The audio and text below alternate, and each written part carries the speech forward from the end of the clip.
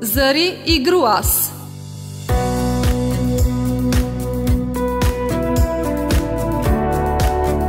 Kohrat e vështira krijojnë gra të forta. Zëri I gruas.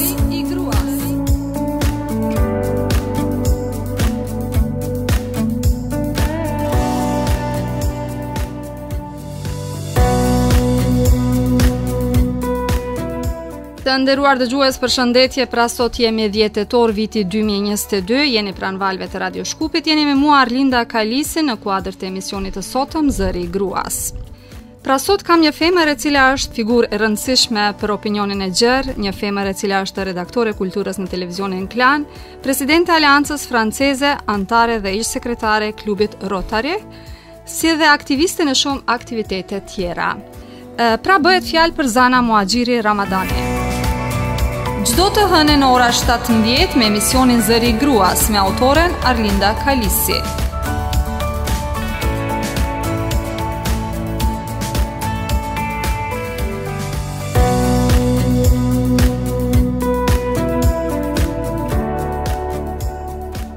Zana, përshëndetje, njerit mirë se erdhe në emisionin e sotëm. Kemi mjaft për të folur, unë mundova të bëj një elaborim të biografisë tënde, mirë po besoj se të gjitha nga pak do I prekim. Do kisha dashur pak të na flasësh për fillimet e juaja, nga lidhja juaj me gazetarinë. Përshëndetje Arlinda, njerë faleminderit shumë për ftesën.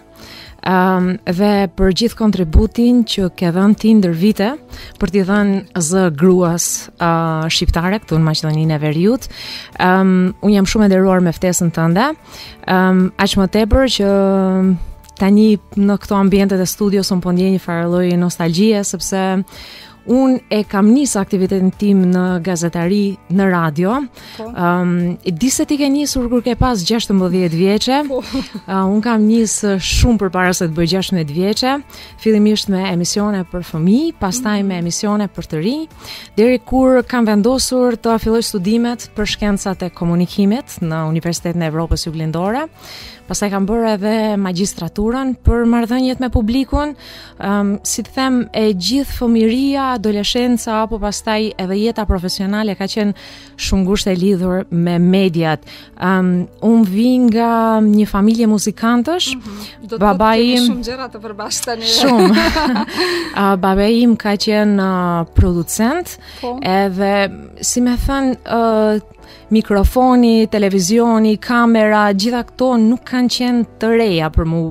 Edhe kur e kam nisë, gjithmonë kanë qenë prezente. Gjithmonë kanë qenë prezente. Edhe kur unë kam filluar punën në televizionin Klan, thjesht jam ndjerë se kam kaluar nga një ambient I shtëpisë në ambient të punës, po me të njëjtën teknologji. Prandaj nuk është se kam ndjesë se ka ndodhur ndonjë ndryshim I jashtëzakonshëm në jetën time. Thjesht ka ndruar objekti ku unë kam qenë pranë teknologjisë, përndryshe kam qenë shumë e familiarizuar me gjithë punën, si në radio, po edhe në televizion. Tani nuk di sa të pëlqen kjo objekt këtu. Mirë po, këto janë rrethanat, Zana. Mua më krijon një nostalgji në fakt, me thënë të drejtën, sepse edhe Pallati I Kulturës në Gjakov, prej nga viun, ka të njëjtën strukturë, ndoshta edhe të njëjtat mobilje pak a shumë, kështu që ma kujton fëmijërinë, edhe më jep ndjesi të mirë, përkundër faktit se ndoshta njerëzit do kishin qejf të punonin në ndonjë institucion ku është shumë I ri, po jo, kjo ka një ngrohtësi që objektet e reja nuk e kanë. Faleminderit. Zana tani je redaktore kulturës në televizionin Klan, po ashtu dhe prezantuese e lajme, apo? Po. Më thuaj sa ku je në televizionin Klan dhe si po ja kalon atje? Në televizionin Klan, unë fillimisht kam nisë të punoj 5 vite më parë. Kam filluar të punoj si prezantuese e lajmeve, po lidhja ime me kulturën ka qenë shumë organike, shumë e natyrshme, me qenë se një pjesë të fëmijërisë unë e kam kaluar edhe në Pallatin e Kulturës në Gjakov, duke bërë aktivitete artistike, kam qenë në shkollën e vallëzimit, kam kënduar në korin e shkollës, në korin e qytetit, kam marrë pjesë në festivale, në koncerte, edhe si më thënë, lidhja ime me kulturën ka qenë diçka e natyrshme. natyrshme. Pra unë kam punu si prezantuese e lajmeve, po sa herë ka pas një premierë në teatr, sa herë ka pas një ekspozitë në galeri të arteve, un kam kërkuar nga televizioni që të më japin mundësitë që të shkoj të ndjek ngjarjet.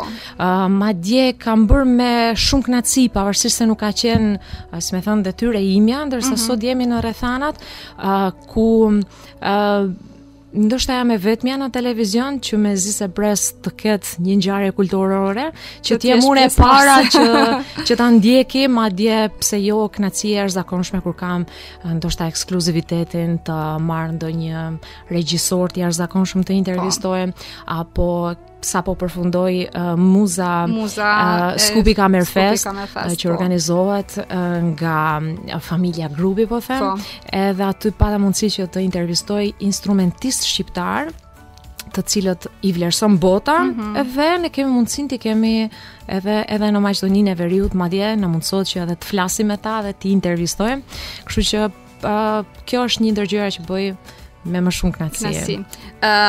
Do të thotë je tani redaktore e kulturës, edhe pse je redaktore e kulturës, si unë nuk i kryen gjitha obligimet nga zyra, mirë po je prezent në aktivitetet që zhvillohen gjithkohë, qoftë në opera, qoftë në teatr, qoftë në për ekspozita, apo? Po, sepse është një ndjesi tjetër kur të shkon edhe e ndjen më përsafermi, po themi si interpretimin e një muzikanti, sikur kur i shef pikturat në një ekspozitë, skulpturat apo çfarë do qoftë që ekspozohet, apo kur shkon në teatr dhe ti e prek skenën e teatrit, madje edhe ke mundësi ti intervistosh aktorët, regjisorët dhe gjithë ekipin që bën një shfaqje.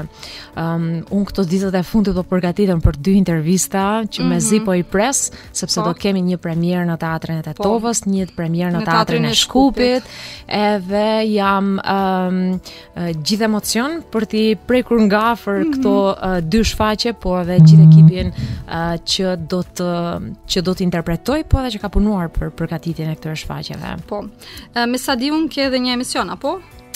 Apo emisione momentalisht po zhvillohet ende, apo momentalisht televizioni Klan ka ndryshuar skemën programore, një emision të përditshëm që unë e kam drejtuar për 3 vite, ka pak kohë që është ndërprer, po me ide që të filloj diçka tjetër. Do na zbulosh atrisin se apo do ta lësh për ndonjë rast tjetër? Jo, meqense ne nuk kemi caktuar ndonjë datë për fillim të emisionit, ose nuk kemi diçka konkrete, por natyrisht jemi ende në fazën e ideve, edhe shpresoj shumë të jetë krejt brenda natyrës time, që është shumë i lidhur fillimisht me kulturën, po pse jo edhe me ngjarje të tjera sociale, sepse ajo çfarë un kam studiu, pra formimi im akademik lidhet me psikologjinë, me sociologjinë, me filozofinë, pra këto janë temat në të cilat po them unë flej më mirë. Edhe shumë do doja që në televizion të bëj diçka që është e natyrës time, pra jo të sforcohem të bëj diçka që ndoshta edhe s'më ngjan shumë. Po. Me sa pash unë pak sa lexova për biografinë tënde, emisioni titullohej 99 minuta, një titull mjaft interesant. Besoj se kanë kaluar figura të rëndësishme në këtë emision. Do na i përmendësh disa nga figurat që kanë kaluar në këtë emision? Patjetër, Linda. Ai është një emision i cili ka filluar pas një viti kur un kam nis punën si prezantuese e lajmeve, edhe po them një fjalë shumë popullore që ai emision më ka shkundur mua si gazetare, po edhe si njeri, edhe si zan, sepse më ka dhënë mundësi të takoj njerëz të jashtëzakonshëm, që edhe po të duash ti takosh në rrethana të tjera nuk t'i jepet mundësia, ndërsa si gazetar un kam pas mundësi të kem në studio. Kam pasur një ndër mysafirët e parë, Bajrush Mjakun, të cilin e takova në një ekspozitë para disa javësh, dhe ai më komplimentoi për atë intervistë, ndërkohë që ajo ka qenë intervista ime e tretë, edhe un kam pas shumë emocione dhe nuk besoj se ja kam dalë mirë ta drejtoja atë intervistë, për shkak se ishte një fillim i ri, un kisha bërë intervista në radio, po televizioni ka një peshë tjetër, sepse përveç përmbajtjes ka shumë rëndësi edhe figura, kështu që të kesh mundësi të qëndrosh mirë para kamerës, dhe të kesh mundësi të bësh një intervistë që ja vlen, ishte për mua një sfidë e re, paçka se nuk është sot, po atëherë ka qenë. Ja munduar shumë që të ftoj gra dhe vajza, me qenë se janë më pak prezente fatkeqësisht në televizion, po kam pas edhe një përvojë, po them jo të mirë. Jo të mirë me gra? Jo, kur un kam dashur të ftoj gra dhe ato kanë refuzuar që të jenë pjesë e intervistave. jam munduar shumë t'i bind që të paktën ato të jenë si një shembull edhe për gratë tjera. Natyrisht tek disa ja kam arrit qëllimet, po tek disa të tjera jo edhe aq. Ndoshta edhe duhet t'i kuptojmë, ndoshta kanë frikë nga paragjykimi apo nga stigmatizimi apo ndoshta edhe duhet t'i kuptojmë, por unë do doja shumë ato të jenë prezente. Ne kur ftojmë mysafir në studio, besoj është edhe përvoja jote, ne nuk presim që të jenë folse të jashtëzakonshme, nuk presim që të mos bëjnë gabime në të folur. Ajo ndodh edhe neve të gabojmë ndonjëherë, natyrisht, është shumë normale. Gjithmonë ju kam thënë, nëse e shoh se ju do ngeleni, nuk dini si të formuloni apo nuk ju kujtohet ndonjë fjalë, jam unë për t'ju ndihmuar. Disa kanë ardhur, po disa të tjera edhe kanë guru. Ndoshta televizioni pak e kanë atë frikën nga televizioni se ndodh ndonjë moment do ngecin dhe si do ja dalin. Edhe pse radio mendoj se më lehtë kanë. Po, padyshim. Prandaj edhe kur erdha këtu, pata një ndjesi shumë mirë, sepse nuk jam e obliguar të qëndroj drejt, edhe nuk jam e obliguar të mendoj edhe çfarë imazhi po përcjell, po thjesht jam e lirë, jam ulur pranë te dhe po bisedojmë shumë këndshëm. Po. Më thuaj nga gjithë kjo përvojë që ke patur, pastaj do bëjmë atë krahasimin e kulturës me lajmet. Mirë, po nga ky emision të ka ndodhur ke ndonjë kështu përvojë që do e kishe shpalosur këto ndonjë përvojë tepër e mirë që ke marrë komplimente mjaft të mëdha, por dhe ndonjë gap që të ka ndodhur, pasi që e tham pak më herët që ndodhin këto gjëra janë të natyrshme, edhe pse edhe mua më ndodhin gjatë emisionit. Sendet live që janë ndodhen. Po, e vërtet. Për shembull, ka pas një rast kur e përmendet tek gafa, meqense kur bëjnë emisionet të tilla dhe kur punojnë me ekip të madh, koordinimi është shumë i rëndësishëm. Pra, po nuk pat koordinim të mirë, edhe nëse unë jam prezantuese ose gazetare e mirë, nëse nuk koordinohem me gjithë ekipin, mund të ndodhin lëshime të caktuara. Drejtuesi i redaksia kishte vendosur që përgjatë emisionit të zhvillohet një intervistë. Po nuk e kam të qartë çfarë ka ndodhur atë ditë, kanë harruar të më informojnë se edhe një intervistë e tillë duhet të bëhet. Dhe intervista duhet të zhvillohej me Skype. Edhe në momentin që po shkonte publiciteti, personi që ishte përgjegjës për të koordinuar intervistat, thotë e keni thirrur mysafirin, është linja gati, ndërkohë që unë se di për çfarë bëhet fjalë. Edhe e thrasin mysafirën në Skype dhe vetëm më thot është Serbeze Haxhiaj do të flisë për aktualitetin politik në Kosovë. Fat shumë i madh që unë e njihja gazetare, sepse ajo ka fituar çmime shumë të rëndësishme në gazetarinë hulumtuese në Kosovë. Përndryshe po të mos e dija kush është, nuk e di se do t'ja dilja në atë intervistë, po them fat i madh që e kam ditur. Atëherë ishte koha e pandemisë, kishte zhvillime politike në Kosovë dhe unë më besoj nuk e di si ja kam dalë, edhe një kohë të gjatë kam pas frikë ta rishikoja atë intervistë, sepse ka ndodhur gjithçka në momentin e fundit. E këto gjëra ndonjëherë ndodhin, po kjo është ajo shkundja që thash unë. Kur provon përvoja të tilla, kur kalon nëpër përvoja të tilla, pastaj të duket sikur ti s'ke vështirësi për të bërë asgjë. Po, shumë saktë. Po duhet shumë qetësi, sepse shikuesi nuk don të shohë një prezantuese të stresuar, nuk don ti t'ia përcjellë shikuesit energjinë e keqe, stresin. Po kërkoj një farë vetë përmbajtje. Një person pozitiv ashtu siç po ju shoh juve? Se di, po vetë përmbajtjen e kam ndoshta të lindur, e kam babën një njeri me shumë qëndrim, edhe ndoshta për këtë arsye dhe ja kam dalë në këto situata, përndryshe i ka televizioni vështirësitë, sepse ndodh një ngjarje e papritur, për shembull ka ndodhur që gjatë emisionit ka ndodhur një tërmet në Kroaci, dhe ne jemi dashur të mendojmë për gjatë kohës sa shkon publiciteti për 2-3 minuta të mendojmë këtë thrasim nga Kroacia, edhe të futemi në emision dhe aty për aty të mendosh çfarë pyetje të bësh, ku ka ndodhur tërmeti, sa persona janë prekur, a ka arritur po themi shërbimet e shtetit t'u japin ndihmë personave, a ka të dhëna kush është lënduar etj. Kështu që kur je drejt për drejtë dhe kur je çdo ditë çfarë s'të pret në emision. Ndërsa bukuritë janë të jashtëzakonshme. Në kohën e pandemisë unë kam pas fatin të intervistoj personalitete shqiptare që jetojnë kudo në botë, sepse në qoftë se tash në këtë kohë njerëzit kanë obligime të ndryshme, në kohën e pandemisë gjithë ishin në shtëpi.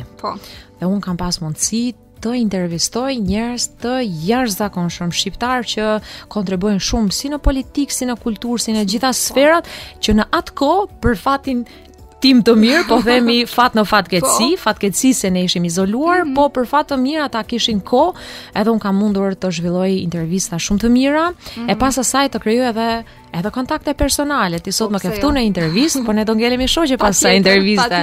Kështu që kjo është bukuria e të punuarit në media, kudo që. Shumë saktë. Përmendet që në kulturë instinktivisht apo natyrshëm je kyçur që nga fëmiria dhe tani me profesionin. Po ashtu dhe je prezantuese e lajmeve, cili është një gërshëtim mjaft i bukur, politik, kulturë, po më thuaj ku gjen veten ti më shumë te? Është shumë interesante sepse edicioni i lajmeve të imponon një farë qëndrimi pak më dinjitos. Serios. E ke ose nuk e ke? Ose e ke të lindur edhe qëndron natyrshëm para kamerës, ose nëse nuk e ke duhet ta mësosh, ta ushtrosh dhe ta aktrosh. Tash është shumë interesante sepse unë sa do natyre hapur që jam edhe komunikative, njëkohësisht jam edhe ndrojtur, edhe kam një qëndrim serioz të natyrshëm. Edhe shumë njerëz që më njohin mendojnë se ndoshta nuk jam shumë e shoqërueshme, por nuk është e vërtet. Sepse kushdo që më ka parë në televizion dhe kur ka mundësinë pasaj të njoftohet, thotë po ti s'qen ka ajo televizionit. Ajo që bëj si prezantuese e lajmeve më rrin shumë mirë, se un jam një natyrë e tillë, ndërsa kur shkoj e ndjek ngjarjet kulturore, pastaj aty edhe ajo jam unë. Është ndoshta duken sikur dy gjëra shumë të kundërta, po që cila e ka tek unë flen shumë mirë. Domethënë unë jam edhe natyrë shumë e qetë, edhe serioze, edhe të përmbajtur. Njëkohësisht jam edhe natyrë që më pëlqen të këndoj, më pëlqen të aktroj. E po mirë atë. Zana, mjaft aktivitete, mjaft tepër kreative, dal nga dal di shpalosim të gjitha. Mirë. Po ashtu je presidenti i Aleancës Franceze në Tetov. Më thuaj sa ku je presidenti i Aleancës në Tetov dhe cilat janë detyrat që i kryen më konkretisht aty? Unë kam dashur të filloj studimet master në Francë. Po. Dhe nga një profesor francez që kisha gjatë studimeve në shkencat e komunikimit, arritëm të kemi një raport mitësor, sepse profesorët francez nuk vinin me sako në orën e mësimit, ata vinin të veshur si shim ne studentët, me atlete shumë të thjeshtë, dhe ata të krijonin mundësinë që të afrohesh e të kesh edhe komunikim edhe mitësor përveç se raport kolegësh, po them. Edhe tha se vjen nga një universitet francez, që është shumë i hapur të krijojë mundësi lidhje me universitetet franceze. Unë nuk di asnjë fjalë frëngjisht në atë kohë. Edhe jam regjistruar në Aleancën Franceze për herë të parë në vitin 2010 si studente. Aty kam nisë kurset për herë të parë, edhe pse i kanë ndërprerë kurset në një moment të caktuar, unë kam vazhduar të ndjek pothuajse të gjitha aktivitetet kulturore që zhvillonte Aleanca Franceze. Se ata kanë një sër aktivitetesh. Aty, domethënë, aktivitetet kulturore janë përveç se mësimit të gjuhës franceze, aktivitetet kulturore janë në thelb të Aleancës Franceze. Edhe që nga viti 2010 kam qenë antare. Para disa muajve është ndruar kryesia sepse i ka mbaruar mandati dhe u ftuan të gjithë anëtarët e Aleancës Franceze që të jenë prezent për zgjedhjen e presidentit të ri apo? Jo, të gjithë komitetit, domethënë të drejtorit të ri, të zëvendës presidentëve, të thesaristit dhe gjithë të tjerëve. Unë kam shku të marr pjesë, Arlinda, thjesht për të dhënë një votë për persona që do zgjidheshin në krye. Edhe të gjithë thonë ne propozojmë që Zana të jetë kryetare e Aleancës Franceze, dhe unë duke i pa gjithë shumë çuditshëm. E po ju them, unë kam ardhur thjesht marr pjesë në mbledhje. Ato thonë ti ke ardhur të marrësh pjesë në mbledhje, po meqense ti ke 12 vite si antare e Aleancës Franceze, ke treguese, ke ndarë nga koha jote për të marrë pjesë në aktivitetet kulturore, natyrshëm kanë ftuar drejtorët e Aleancës Franceze në për intervista, apo kanë bërë materiale për emisione, edhe sipas atyre unë jam shumë natyrshëm mund të marr edhe këtë detyrë, meqense jam për kohë të gjatë e lidhur me këtë institucion. për mua ka qenë një befasi e jashtëzakonshme, po është privilegj dhe nder shumë i madh, sepse Alianca Franceze është një institucion shumë serioz, edhe Alianca Franceze ka kudo në botë, edhe drejtuesit e Aliancave Franceze janë kryesisht njerëz që kanë një imazh të mirë, edhe që si më thën japi një kontribut në shoqëri. Unë se dia jam e tillë, po për vetë faktin se ata më kanë besuar mu këtë detyrë, për mua do thot shumë, edhe unë e mbaj me shumë përgjegjësi këtë detyrë. Pra, po themi roli im është më shumë reprezentativ. Po, këtu ndërlidhe. Më thuaj, cilët janë dobit për qenë presidenti e Aliancës Franceze? Përveç kontakteve me njerëz që i përkasin frankofonisë, kontakteve me Institutin Francez në Shkup, me ambasadën franceze, që janë njerëz të jashtëzakonshëm, që vinë nga Franca, po edhe të gjithë njerëzit që janë lokal, pra nga Maqedonia e Veriut, shqiptarë ose maqedonë qofshin ata, i përkasin një kulturë frankofone. E ne gjithë shumë mirë dim se çfarë roli ka pas Franca në civilizimin botror, po themi, edhe që nga koha ku unë jam presidente, kam pas mundësi të takoj njerëz fantastik, por natyrisht të përpiloj edhe strategjinë edhe planin e përhapjes së kulturës edhe gjuhës franceze fillimisht në Tetov, meqense Tetov është regioni të cilin ne mbulojmë, që përveç kulturës, gjuhës edhe kulturës franceze, ne bëjmë edhe aktivitete të shumta. Alianca Franceze është një hapësirë ku të rinjt dhe jo vetëm mund ta shfrytëzojnë atë hapësirën e Aliancës Franceze për aktivitete kulturore, edukativa, po çfarë do qofshin ato. Për shembull, ne klasat e kemi kthyer në kuzhinë, mësojmë se si bëhen le crêpes, apo që janë pallachinkat, që i themi ne në gjuhën popullore, pra blejmë vezët, mielin, edhe gjitha mjetet që duhet dhe kthejmë Aliancën Franceze në një kuzhinë. Mësojmë si të bëhen ëmbëlsirat franceze apo gatimet të cilat e lejojnë, domethënë në kushtet e klasës mund të bëhen receta të tilla. Apo e shndrojmë Aliancën Franceze në një kinema, jepet Emily in Paris, që është një serial me disa sezone, shumë i famshëm, që tregon pak a shumë historinë e një vajze amerikane që vjen dhe punon në Francë. Ajo mëson për herë të parë se si janë francezët, se si francezët kanë shumë dëshirë që ti ta dish frëngjishten, pra nuk i vjen shumë mirë po themi që ti flasësh një gjuhë tjetër pavarësisht se ata natyrisht e flasin edhe gjuha të tjera, po u pëlqen shumë që tu njohësh gjuhën edhe kulturën, po jo vetëm kinemaja, kuzhina apo kurset, ne organizojmë festivalin e Fête de la Musique, që është një festë e muzikës, pra japim mundësi artistëve lokal që të ngjiten në skenë, që të interpretojnë një instrument, që të këndojnë, që të vallëzojnë apo çfarë do lloj talenti që kanë, po që lidhet me muzikën në një farë mënyre. Kam kënduar edhe unë atje edhe disa herë. Po flasim për këtë gjë, po. Do të thotë përmende që më tepër jeni të fokusuar në Tetov, apo? Po, meqense quhet Alianca Franceze e Tetovës. E Tetovës. Në për qytete tjera Alianca Franceze ka vetëm në Tetov dhe në Manastir, ndërsa Shkupi ka Institutin Francez, që është një institucion më i lartë, edhe që natyrisht ofron kurse, edhe ne kemi një farë lloj librarie aty, një lloj biblioteke ku të rinjt mund të huazojnë libra, mund të huazojnë revista, apo gjithçka që gjendet në Aliancën Franceze, siç është njëjtë edhe në Institutin Francez në Shkup. Zana po ashtu je antare dhe ish sekretare e klubit Rotary, apo? Të lutem na sqaro pak më detajisht edhe mua edhe dëgjuesve, po.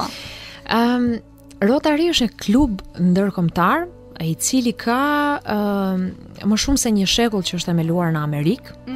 Qëllimi i themelimit të këtij grupi është të shërbejmë komunitetit.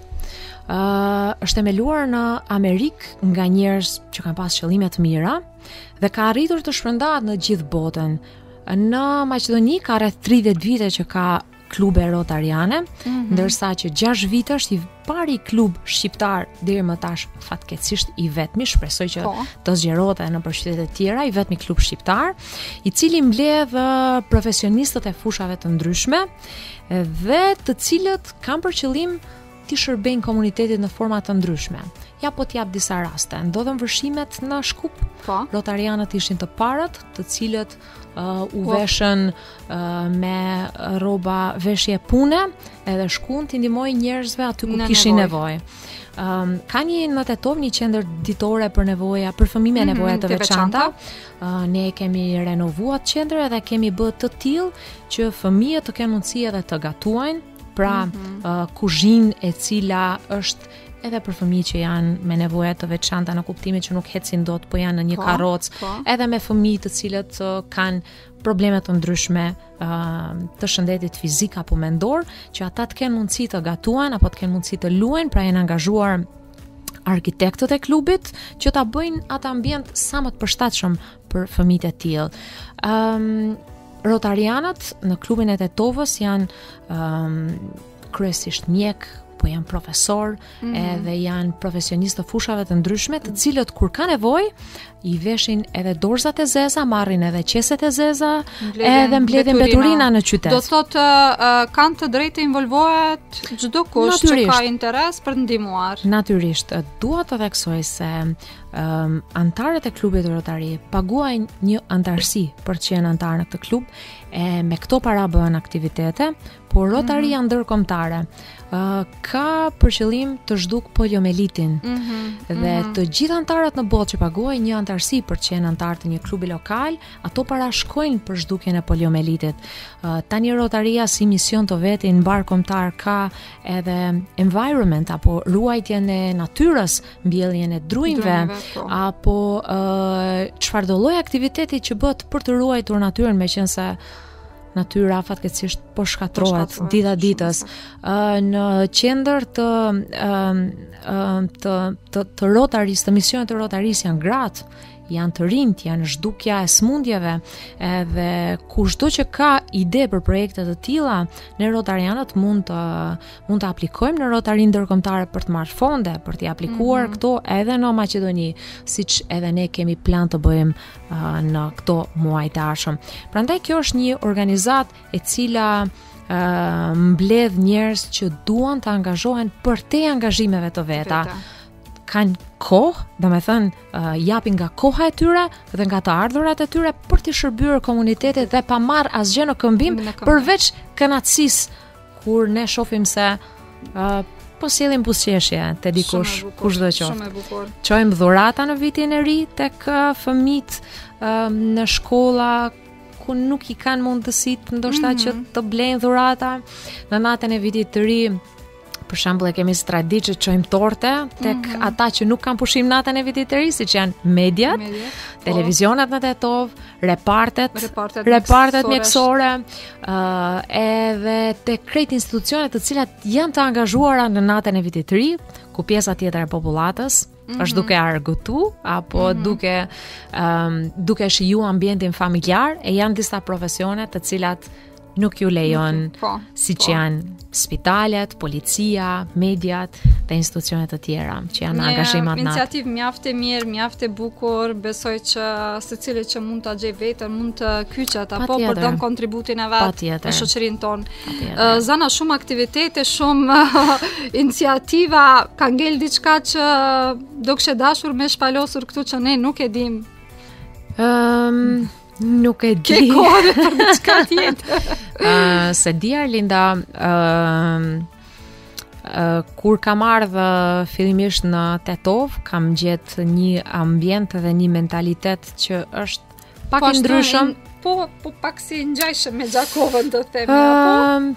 Ngjashmërit, dy qytete të vogla, po, nëse kjo mund të quhet si një ngjashmëri, po kam gjetë edhe shumë dallime dhe e kam has në sfida derisa kam arrit të përshtatem, edhe derisa kam kuptuar se pavarësisht mentaliteti që ndonjëherë është kufizuar për vajzat dhe gratë, unë i kam dhënë detyrë vetës që të mos kufizohem, po që të ndjek dëshirën edhe ëndrrën time, edhe të mos lejoj mentalitetin kufizues, po të mos vi prej ndikimeve fare, edhe natyrisht e kam pas edhe mbështetjen e familjes, që më ka motivu vazhdimisht të ndjek aktivitetet, të mos ndjehem e penguar pavarësisht faktit se unë kam një djalë 8 vjeç, edhe që të qenurit nën kërkon edhe angazhime, po është burri ai që vazhdimisht të shkra meje, që edhe kur unë sot duhet të vinë një intervistë, ai kujdeset për djalin, prandaj jemi, si më thënë, të dy prindër, nuk janë vetëm unë nëna, edhe siç është shkrijuar, ka qenë një ide e vjetër, po themi që si kot të themi ashtu i krijuar me vite dhe ndoshta duhet kohë për ta unë i shoh kohëve të fundit mendoj se ka ndryshuar. I shoh çiftet e reja se kanë ndryshuar, edhe unë mundohem ta bëj këtë, dhe faktikisht kjo është realitet në familjen time, edhe se pa për krajin e burrit është vështirë një grua të funksionojë nëse don gjithçka të jetë në rregull, pra të ketë një familje të shëndosh, të ketë një karrierë, kur janë të dy bashkë që angazhohen rreth familjes, gruaja merr frymë më lirshëm, edhe ka mundësi që të shkojë edhe në punë, të ndjek edhe Aleancën Franceze, edhe Rotarinë, edhe intervistat edhe gjitha. Po dëgjohet mjaftueshëm, qoftë në Medium, në TV Klan, qoftë si presidente në Aleancën Franceze. Më thuaj, sa pasi që e njeh këtë mentalitet, edhe pse je nga Gjakova, sa po dëgjohet zëri grave këtu në shoqërinë tonë? Vrej se ka ndryshime. Do me thënë, unë kam ardhë në Maqedoninë e Veriut në vitin 2007 për herë të parë, kur kam nisë studimet. Kanë kaluar shumë vite, 15 vite që nga ai moment, edhe unë vrej ndryshime të mëdha. Edhe sikur është përmirësuar situata, natyrisht jo aty ku do të donim ne, po ka ndryshime, do me thënë vajzat frymojnë më lirshëm. Në qoftë se mu më ka ndodhur në vitin 2007 që takoj vajza të cilat ka prindrit nuk lejohen ta vazhdojnë shkollën e mesme, kur u bë ligji që shkolla e mesme u bë e detyruar, edhe prindrit u vetëdijsuan se vajza duhet të shkojnë në shkollë. Nëse atëherë kam takuar vajza që kam pas frikë tu thonë familjes se dua të vazhdoj studimet, tash nuk e shoh më këtë. Do me thënë, tani kjo është një gjë që, si me thënë, dihet se pas përfundimit të shkollës së mesme, vajza duhet ta ndjekin në universitetin. Natyrisht nuk po flas për pjesët e zhvilluara, po flas ndoshta për zona rurale, ku vajzat nuk kanë qenë ndoshta kaq të lira sa janë sot, edhe kjo më gëzon shumë. Po unë të doja gratë të shifsha ndoshta më shumë në pozicione drejtuese, sepse gratë me qenë se mund ta menaxhojnë një familje, ato mund ta menaxhojnë edhe një institucion. Po besoj se jemi në rrugë të mbarë, kështu edhe ti edhe unë, duke dhënë shembullin ton, ndoshta të japim kurajën edhe vajzave dhe grave të tjera që të mos dorëzohen edhe të shkojnë drejt dëshirave të tyre. Patjetër. Edhe mendoj se atëherë do kenë edhe përkrajen si nga familja dhe nga shoqëria. Po, veçanërisht kur ato duan shumë edhe këmbgulin në dëshirat e veta. Pra, jo kur në moment që nuk të plotësohet një dëshirë apo merr një refuzim, jo aty të ndalor, sepse aty je humbur gjithsesi. Vetëm kur këmbgul, edhe kur nuk dorëzohesh, atëherë mundësia për të arritur qëllimit shumë e madhe. Po, shumë e saktë. Zana, ishte kënaqësi deri këtu që biseduam. Tani do kisha dashur pak të kalojmë te pjesa më relaksuese e emisionit. Në rregull. Zana, gjatë gjithë kësaj bisede që zhvilluam, opinioni e kuptuan se vjen nga Gjakova, mirë po jeton dhe vepron tani në Tetov, në Shkup. Më thuaj, çfarë të solle në Tetov? Dashuria apo?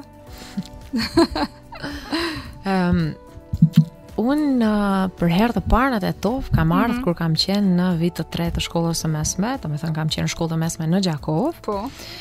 Atje kam pas mundësi kur kam punuar në radio, kishin ardhur disa mysafirë nga Tetova, ato ishin kolegët e disa kolegëve në radio, edhe aty takoj një djalë i cili më shifte shumë ëmbël. Do të thotë ky ka qenë më shumë. Edhe pavarësisht se unë isha në pavarësisht se isha në rrethana ku më pëlqente muzika rock, ku vishesha ndoshta me gjinsa të grisura, ku lyja thonjtë zi, do me thënë isha me një mindset që thonë amerikanët, apo në një gjendje kështu mendore që s'isha fare për dashuri, po thonë se dashuria të vjen kur se pret, mu më ka ardhur në rrethana të tilla ku se kam prit fare. Ne kemi fillu lidhjen gjatë kohës, pra kur unë kam qenë në vitet 3 dhe në vitet 4, i dashurim sot burri ka ardhur shumë shpesh, ka ardhur çdo javë, edhe ardhja ime në Tetov nuk ka, do me thënë për studime në Universitetin e Evropës Juglindore, as nuk është dashur të bisedojmë për këtë sepse ka rrjedh natyrshëm. Në fakt unë qysh përpara e kam ditë Universitetin e Evropës Juglindore dhe kur shihja në faqe kampusi së si është, më dukej si një vend i jashtëzakonshëm. Mendoja se a thu do të kem mundësi të paktën ta vizitoj. E kështu shumë natyrshëm ndodhi që unë do vi për studime në Tetov, edhe që nga atëherë nuk jam shkëput më nga Tetova, pra kam ardhur edhe për të jetuar me të dashurin, po edhe për të kryer studimet në njëjtën kohë, edhe kështu që nga atëherë nuk jam shkëput nga Tetova deri më sot. Se tani të pëlqen. Po sepse un kam gjetë, në qoftë se në fillim kam përjetuar një farë shoku kulturor, sepse kam gjetë një mentalitet krejt ndryshe nga ajo çfarë un isha arritë dhe isha edukuar. Tani un kam arritë që të krijoj rrethin e njerëzve që mendojnë si unë, janë të njëjtë. Po, që mendojnë si unë, që veprojnë si unë, edhe tash më duket sikur unë jetoj, ndoshta duket e egzageruar, po unë ku do të jetoja? Do të gjeja njerëz që mendojnë si unë, do të jetoja me ata njerëz, prandaj nuk e ndjej ndonjëherë barrën se jetoj në Shkup, në Tetov apo kudo qoftë. Kështu unë ndihem se jetoj në botë. Jam qytetare e botës. Zana, neve dal nga dal po i shpalosim pasionet e fshetat tuat. Po, përveç asaj që ke dëgjuar muzikë rock, tani je pjesëmarrëse në Aleancën Franceze, po organizoni aktivitete të rëndësishme kulturore ku dhe po këndon. Unë nga rrjetet sociale që pash, ke një zëm mjaft të bukur. Do doja për dëgjuesit tanë nëse ke diçka kështu shkurt të na këndosh, të na performosh. E di si ndonjë këngë mundem edhe të bashkangjitem posti. Mirë. E din si Erlinda, unë e kam pas babën muzikant, e ka pas një rock grup të vetin kur ka qenë i ri, edhe si me thënë, edhe gjyshen e kam pas shumë marakli të muzikës, edhe ne sa herë jemi mbledh në familje kur kemi ftu hallat për drek, për dark, apo siç ka qenë ajo tradita, më falni, ti ftosh të bujnë hallat. Edhe muzika ka qenë aty gjatë gjithë kohës. Ndonjëherë është desh të themi, a bën ta ndali muzikën sepse duam të bisedojmë. Kështu një ambient i tillë. Ke marr pjesë në ndonjë festival të fëmijëve apo? Po, këtë desha ta them. Unë kur kam qenë shumë e vogël kur kam marr pjesë për festivale, edhe po them kujtimet më të bukura i kam kur ne kemi bërë turne, kur kemi marr pjesë kur festivali ka u thunë në për gjitha qytetet e Kosovës, dhe për mua si fëmijë kanë qenë një ndër përvojat më të bukura. Pastaj ka marrë pjesë tek Ethet e së Premtës, ka qenë ai programi nga Adi Krasta, që mu më ka dhënë një kënaqësi fantastike. Atë vit kur unë kam marrë pjesë në vitin e dytë, viti 2003, kanë qenë 30 garues që janë përzgjedhur nga qindra mira që kanë marrë pjesë, janë përzgjedhur vetëm 30 garues që të ngjiten në skenë. Unë kam qenë mes të 30-ve, edhe ka qenë fantastike. Po njerëz që më njohin vetëm nga televizioni. Nuk e din se këndoj. Po kur un kam qenë adoleshente, ka qenë pas lufta në Kosovë. Edhe ka qenë tregu për një vajzë që këndon, nuk ka qenë shumë i sigurt. Sot vajzat që merren me muzikë e kanë një treg shumë më të sigurt edhe shumë më të organizuar. Në atë kohë ka qenë shumë i pa organizuar, edhe si më thon prindrit e mi kanë pas një farloj frike, se shumë e re pas lufta. Mendoj që kemi shumë gjëra të përbashkëta. Po dëshira ime për të kënduar nuk ka pushuar asnjëherë. Unë madje edhe në korridoret e televizionit vazhdoj e këndoj, e ndonjëherë u pengoj edhe kolegëve. Edhe po këndoj me shumë kënaqësi, po befasia që marr unë është kur postoj kështu ndonjë këngë rrallë ndonjëherë në rrjetet sociale, edhe njerëz që nuk më njohin, domethënë më njohin vetëm nga televizioni, çuditen shumë, madje thon, a është ky zëri yt apo është dikush tjetër që këndon dhe ti lëviz buzët? Don rastësisht kështu të pas dikun që këndojshë, edhe pastaj diskutova me njerëz, thanë edhe këndon. Thjesht nga dëshira, nga pasioni. Pra, nuk po them që do ta kisha refuzuar në një ofertë për të kënduar diçka. qenë se është një gjë që është rrit me mu. Pra, muzika edhe këndimi nuk është një gjë kështu aksidentalisht që ka ardhur, po ajo jam unë, pra qysh e vogël e deri më sot. Po. Do na këndosh ndonjë refren, ndonjë pjesë të shkurtër? E din si duke ditë se kjo është një radio shqiptare, dëgjojnë shqiptarët edhe pavarësisht pa çka se pjesa më e madhe e muzikës që dëgjojnë është anglisht, po viteve të fundit edhe frëngjisht. Unë thash do këndoj një këngë, faktikisht një refren të një këngë shqip, besoj se edhe ti e din, po edhe dëgjuesit. Edhe pse un kam gjysore që po flas. Edhe jam nuk e dija, jam gjendje për të tingulluar shumë bukur, po gjithsesi do të provojmë. Mendoj që po. Të them je lule, ti je ma e bukur. Të them je gonxhe, ta humbas freskina. Se do ti dua, ti dua, ti dua, ato dy sy çka ti vash falmi mua. Se do ti dua, ti dua, ti dua, unë për gjithmonë. Zana plumta. Shumë e ke zërin e bukur, vërtet. Në ndonjë rast, patjetër se do të ftojmë kështu vetëm për të na kënduar. Nuk e refuzoj këtë fare. Jo, vërtet, e mrekullueshme je. Shumë faleminderit Arlinda. Më thuaj, ke ndonjë pasion tjetër të fshat? Në fakt, çu kishe shpalos këtë? Sado që jam natyrë komunikative, sado që më pëlqen të rri me njerëz, të njoh njerëz të rinj, ndonjëherë më duket vetja se flas shumë. Jo. Po nga ana tjetër, bashkë me këtë, bashkëjeton edhe një zanë që ka qef shumë qetësinë, që ka qef izolimin kohë pas kohe, prandaj të kaloj kohë vetëm duke lexuar, ose edhe duke parë filma. Janë një gjë që më sjell shumë kënaqësi. Pra, po pata disa ditë shumë të ngarkuara, me takime shumë me njerëz. Unë kam patjetër që të largohem nga gjithë, të mbyllesh pak në vete, edhe të jem vetëm. Edhe të lexoj apo të shoh ndonjë film, sepse të dëgjoj muzikë. Libra më tepër më preferon të lexosh? Në fakt unë kam kaluar shumë vite që nga përfundimi i studimeve duke lexuar libra profesional. Po. Pra libra që lidhen shumë me komunikimin, komunikimin që njeriu ka me vetveten, që është shumë i rëndësishëm dhe thelbësor, shpeshherë ne neglizhojmë këtë. Po. Komunikimi me vetveten, komunikimi me një person dhe komunikimi me masën, që njihet komunikimi masiv. Mirë po, kur më pyete në fillim, sepse lashte shumë gjëra pa përmendur, më the çfarë njerëz të rëndësishëm ke pas në studio. Unë kam pastruar një aktor që është Trimosh Ramadani, të cilin e kam ftuar për të bërë një intervistë për një rol kryesor që kishte luajtur ai me një shfaqje, që është shfaqje që ka lëvizur në për shumë qytete të Shqipërisë dhe të Kosovës dhe shpritur jashtëzakonisht mirë. Dhe kur e kam para se ta ftoj një studio, piva një kafe për ta njohur për sa afërmi. Ai më foli për atë shumë libra që unë mendoja se kisha lexuar shumë. Mirë, po për atë shumë libra më foli ai, unë ndjeva se s'kisha lexuar asnjë gjë.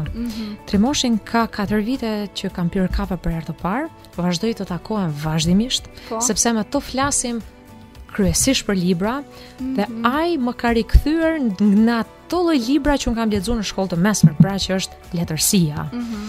Që është duke nisur nga autorët rus klasik, nga Dostojevski, nga Tolstoi, e deri tek shkrimtarët modern. Ne kemi afruar rreth vetes edhe miq të tjerë dhe kemi grupe në rrjete sociale ku vendosim të lexojmë një libër së bashku, pastaj shkojmë në lokal dhe diskutojmë gjithë. Pra kemi bërë, si më thënë, një klub libri.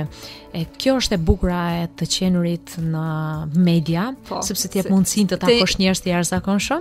Dhe shi çfarë ka lindur pas një interviste, ka lindur një klub libri që është mes shokësh dhe shoqesh. Edhe nga këto libra, do të thënë, e ndikuar nga Trimoshi, unë jam rikthyer letërsisë.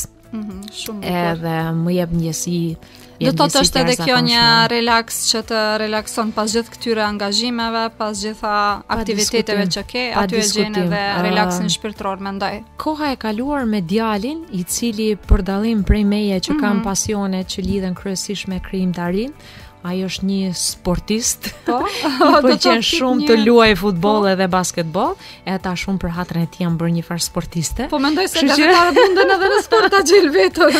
Kjo është parësia të qenurit gazetara. Po, sepse mund të gjendesh në çdo sferë.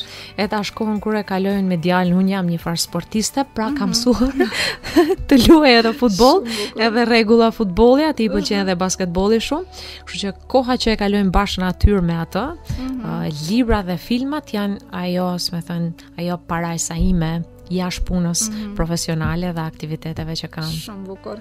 Më thuaj, pasi që përmende, frekuenton aktivitete kulturore, pasi që edhe puna ta jep këtë mundësi edhe i ke dashur që nga fëmiria. Ka ndonjë aktivitet tjetër, këndin e librit e përmende, diçka tjetër që e ke kështu për shpirti që ko pas kohë e kishe frekuentuar? Do të doja në fakt kishte çfarë ndjemu se mungon. Po flas për në Tetov. Nuk e di si qëndron gjendja në Shkup. Një teatr për fëmijë. Për shembull, kemi teatr për fëmijë. Po në Tetov nuk ka. Edhe unë e marr djalin në përshfaqje aty ku nuk ka elemente dhune, apo elemente të cilat nuk janë edukative për fëmijë. Zakonisht informohem si është shfaqja dhe kam dëshirë që djali ta krijoj kulturën e të shkuarit në teatr. Edhe këtë ndjej si mungesë, doja shumë që njerëzit e teatrit të angazhoheshin edhe në këtë aspekt, pra që në Tetov të krijojnë fëmijëve një kulturë për të shkuar në teatr. Kjo është diçka që unë ndjej si diçka që i mungon. Edhe Tetovës për dallim nga Shkupi që ka shumë hapësira të gjelbra dhe shumë hapësira ndoshta për të vrapu apo për të ecë. Tetovës më duket sikur i mungojnë. Do doja shumë të kishte hapësira të tilla. Kemi ne një banjë në Tetovës, po është një hapësirë malore edhe po nuk patë shoqëri, ndoshta është e vështirë të shëtisësh vetëm. Do doja shumë të kishte ambiente të tilla. E ndjej se më mungojnë në Tetovë. Ndërsa ju në Shkup jeni shumë të pasur sepse keni parqe kudo. Po kemi gjithandej, po mendoj se mund të vish në Shkup. Pse jo, nëse kërkojnë aktivitete profesionale. Po pse jo. Zana, dal nga dal jemi në fund edhe pse mendoj që kishim biseduar edhe për shumë çështje tjera, por në ndonjë rast tjetër. Më thuaj, çfarë do i kishe porositur gratë? Cili do jetë mesazhi juaj? Të mos dorëzohen asnjëherë, edhe të mos dorëzohen nga sfidat e vogla.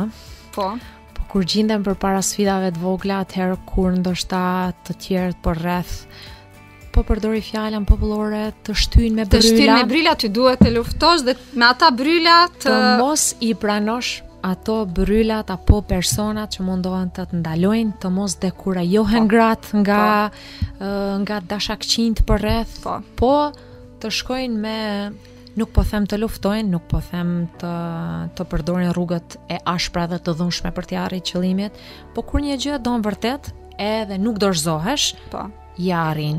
Ndoshta unë do ta kisha lënë punën në televizion shumë kohë më parë. Ndoshta do ta kisha lënë punën te Alianca Franceze, pse çdo kund dalin sfida. Pas sfida nuk ka gjithmonë do të kesh. Edhe në familje kemi sfida. Kështu që kudo qoftë ka sfida, prandaj sfidat e vogla nuk duhet t'i lejojmë të na ndalojnë neve drejt qëllimeve të mëdha që kemi. Kjo është ajo këshilla që do të kisha unë, veçanërisht për vajzat që janë adoleshente, që janë studente, po edhe për gratë që ndoshta janë 30 vjeç e sipër, mos të ndalojnë nga dëshira që ka, të zgjedhin rrugën e drejtë për t'i arritur, sepse e di ndoshta është si klishe, kemi përmendur shpesh, e drejta vonon por nuk harron. Unë e kam përjetuar në lëkurën time. Duke bërë punën time, duke parë vetëm punën time, edhe duke munduar të ta bëj sa më mirë, pra duke u përpjek të mos kufizohem në aftësitë e mia, po duke mundu të dal edhe jashtë vetvetes, siç thash në fillim, të shkundem, unë ja kam arrit. Të gjitha ata, ndoshta kemi ndonjë aftësi të fshet që nuk e dim, duhet ta nxjerrim në pa. Unë e thash 99 minuta emisioni i përditshëm, më ka bë mu të kuptoj se unë mundem çdo ditë të zhvilloj nga 2-3 intervista në ditë, të cilat me mysafir të sferave të ndryshme. Pra ti duhet në thonjë sa po them të bësh ekspert e 2-3 temave për çdo ditë, që përpara se ta nisi më zhduke pamundur, po ja kam dalë me sukses. Pra ne mundemi dhe duhet të mos t'i pranojmë sfidat si diçka e keqe, po si diçka e mirë, pas së cilës ne do ta tejkalojmë edhe vetveten, e do bëhemi njerëz ose profesionistë edhe më të mirë se sa që jemi. Patjetër. Zana dhe njerë do të kisha falendëruar shumë që ishe pjesë e emisionit të sotëm. Vërtet ma zbukurove emisionin. E falenderojmë edhe Sarën që ishte sot me ne, dhe edhe pse Sarës nuk ja dëgjuam zërin as pak, nuk e kishte këtë mundësi, por në ndonjë rast tjetër patjetër edhe kjo do të jetë pjesë e emisionit dhe do na këndojmë me ne së bashku, s'ka ku të ikë asaj. Sara është një kolege jona e ardhshme. Po. Edhe ndoshta ke edhe për çfarë bisedosh edhe me Sarën në të ardhmen. Unë Arlinda të falenderoj shumë, më ka dhënë një kënaqësi të jashtëzakonshme, sepse unë jam mësuar të intervistoj shumë të tjerët, ndërsa nuk jam mësuar të më intervistojnë. Ishte një përvojë e pazakontë, po të falenderoj shumë, si për intervistën me mua, po si për të gjithë punën tënde profesionale që bën ti, veçanërisht për t'i dhënë zë vajzave dhe grave. Faleminderit, kënaqësia ishte jona. Të dashur dëgjues, pra ishte kënaqësi që në emisionin e sotëm kishim Zana Muaxhiri Ramadani. Me ju isha unë autore dhe redaktore e emisionit Arlinda Kalisi, bashkëpunëtori i muzikës Driton Sulejmani. Mirëmbëjtje deri javën e ardhshme.